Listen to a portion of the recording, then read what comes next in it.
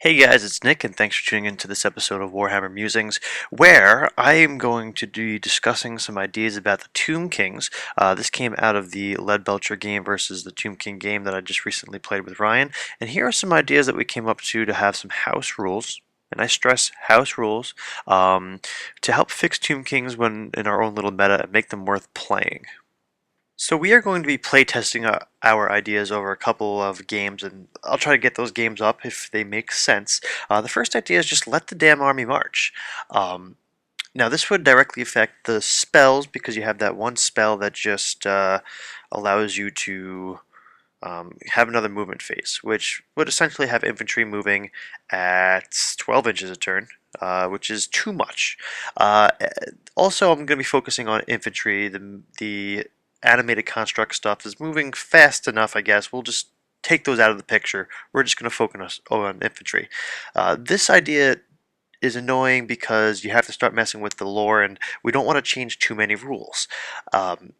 So we decided, well, maybe if we let them march, their march can't be as good because they're also going to be having the magic phase move.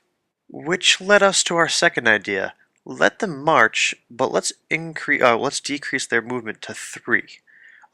Because unless you get the spell off, these guys are moving 4 inches a turn, which is already less than dwarf movement. Dwarves are able to march relentlessly all the time at 6 inches. These guys are moving 4, maybe 8, but if they're going 8, that means you're wasting dice in your magic phase, and there's a good chance that your opponent could just deny you that movement by just dispelling that Desert Winds spell. So if we make their movement 3 and they march, then that means they're moving 6 inches a turn, which is what dwarves can do. And you know what?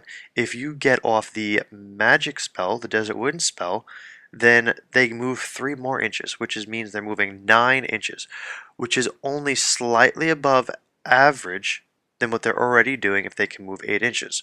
So they'll probably march 6 inches a turn. If they get the spell off, then that means they move 9, which is actually slightly better than what they usually do or what other man-sized guys are doing at movement 4, which is nice. That means you still have to commit some dice and some effort into getting that spell off, and they're not always going to get 9 movement. They may settle with 6, depending on what spells you want to dispel. And, I mean, if I'm playing against them, I might actually want to focus down on Desert Winds. I don't know. It's just an interesting idea, but this is too regimented. This is very standard. So we came to our next idea, number 3. So idea number 3, and this is the one I'm going to spend the most time on, and this is the idea that I would like probably the most feedback from you guys. This the first one, just having them march. Whatever, that's not as great. Having them march but reducing their movement is interesting. Idea 2 is viable. Idea 3, have them have move 3, and this is regarding the infantry, but having winds of magic affect movement. So essentially, this idea kind of goes with the lore of the army where these guys are moving based on magic. So when you have Desert Wind, they're getting a little bit of a boost.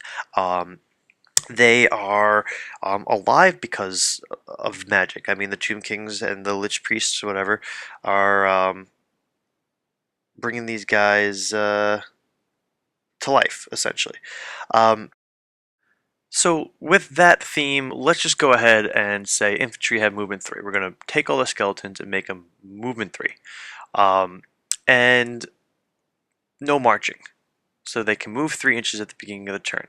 Now, Winds of Magic. Now, this is where you have to start thinking outside the box, and this is where I want your help. Me and Ryan had a couple ideas, and we're going to get into it. Let's say you roll your Winds of Magic, which is, your 2 dice, your 2d6, and there are, and this idea comes with some of the things that GW is doing now, where your Winds of Magic affects your Phoenix, or your Winds of Magic affects what happens to your Demon army. So it's not unheard of to see something like this happen. So let's say you roll your 2d6, and you're going to get anywhere on each of those dice, 1 to 6, obviously. How can we get that to affect the movement phase? So let's say you take the lowest die roll. That means, let's say you roll a 2. In your movement phase, the guys get to move 2 inches. So that means now they've moved a total of 5.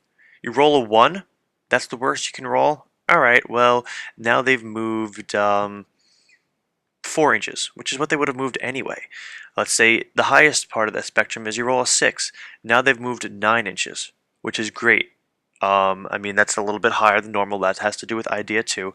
But having them move 9 inches, you still have the Desert Wind spell, which letting them move 3 more inches is 12. That's too much.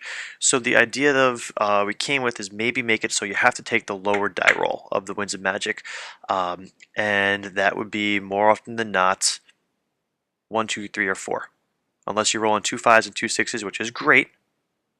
You essentially are going to take the lower die roll. Now, well, let's see, 1, 2, 3, and 4. That means the most you're going to be doing is movement 8.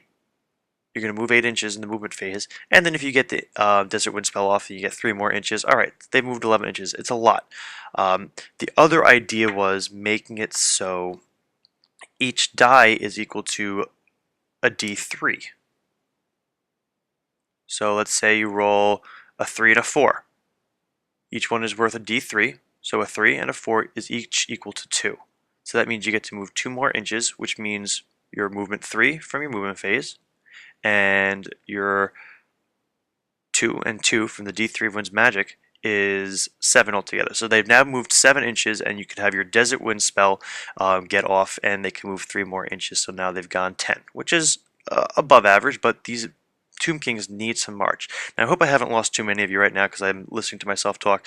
This is probably very confusing, and I'm not going to actually put all this stuff on the slideshow. This will just be for whoever understands it, and then we're going to fine-tune it, me and Ryan, and bring some more solidified stuff to you guys and actually put it up on a slideshow that makes a little bit more sense. So, Winds of Magic, you roll your 2 dice. Each of them is worth d3. That means you can get as low as 2 and as high as 6.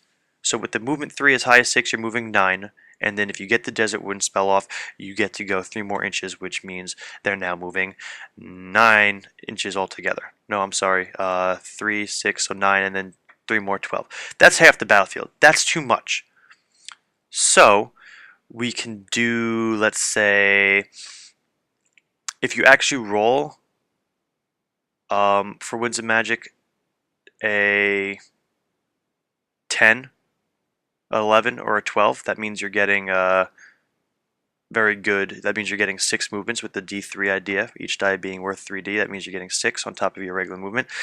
They're going to be leaping through. They're going to be leaping forward.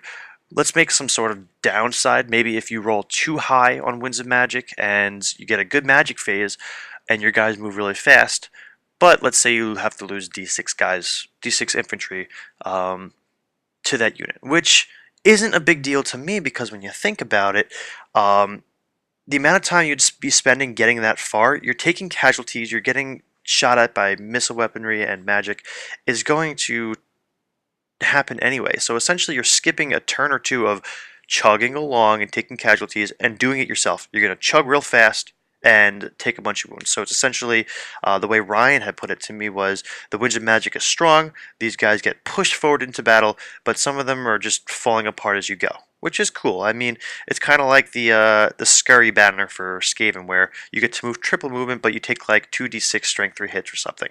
It could be something like that. So let me know what you think about that. But essentially, we want to keep on par. On average, they're moving about 6 to 9 inches. We want these guys to be moving a little bit more than standard. Now, we don't want to mess with the spell too much, Desert Wind, but if we're giving these guys movement based on Winds of Magic and we don't want them to march really. We want Winds of Magic to make a role in their movement, so they kind of have some random move. Maybe the Desert Wind spell is no longer a bubble spell. You could target one unit, or you could just increase the range. And then we can play around with the difficulty of casting it. But this would allow you to cast a spell that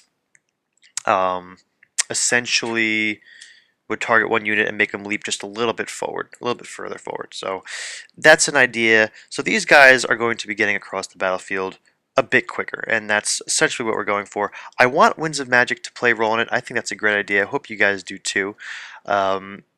But we got to work this out a little bit. I mean, I'm going away, so this won't be a project that will happen for several weeks.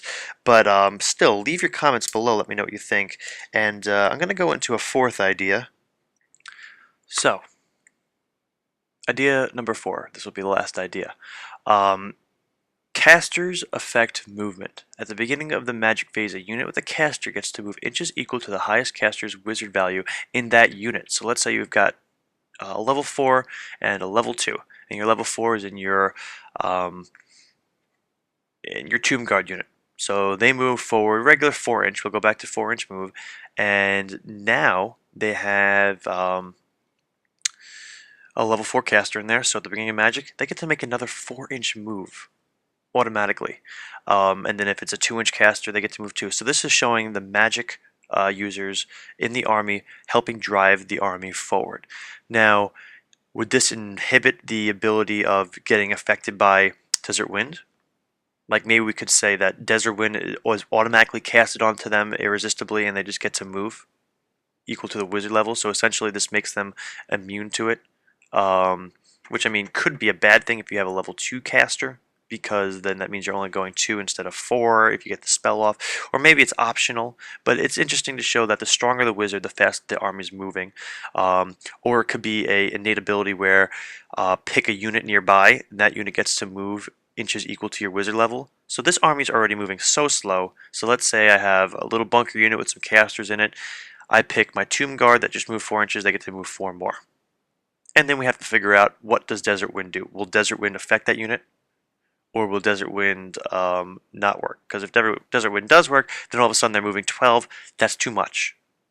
But it does bring some more value to the casters, which, I mean, they're already so valuable because if they're not alive, the army just falls apart. So that's just the 4th idea. Let me know what you guys think or what you would do to help fix Tomb Kings in the movement phase without adjusting too many rules, adding a couple, not taking away too many. I don't want to really I don't want to really change Desert Wind too much. We don't really want to change the spells. We just want to change a rule or two, or add something or take something away that gives them a little bit of an edge. And taking something away really doesn't work. It's more about, I guess, adding something. So post your ideas below, and let's come out with this together, and then we'll do some play tests, and we'll come up with some LIWG house rules. All right, guys. Thanks.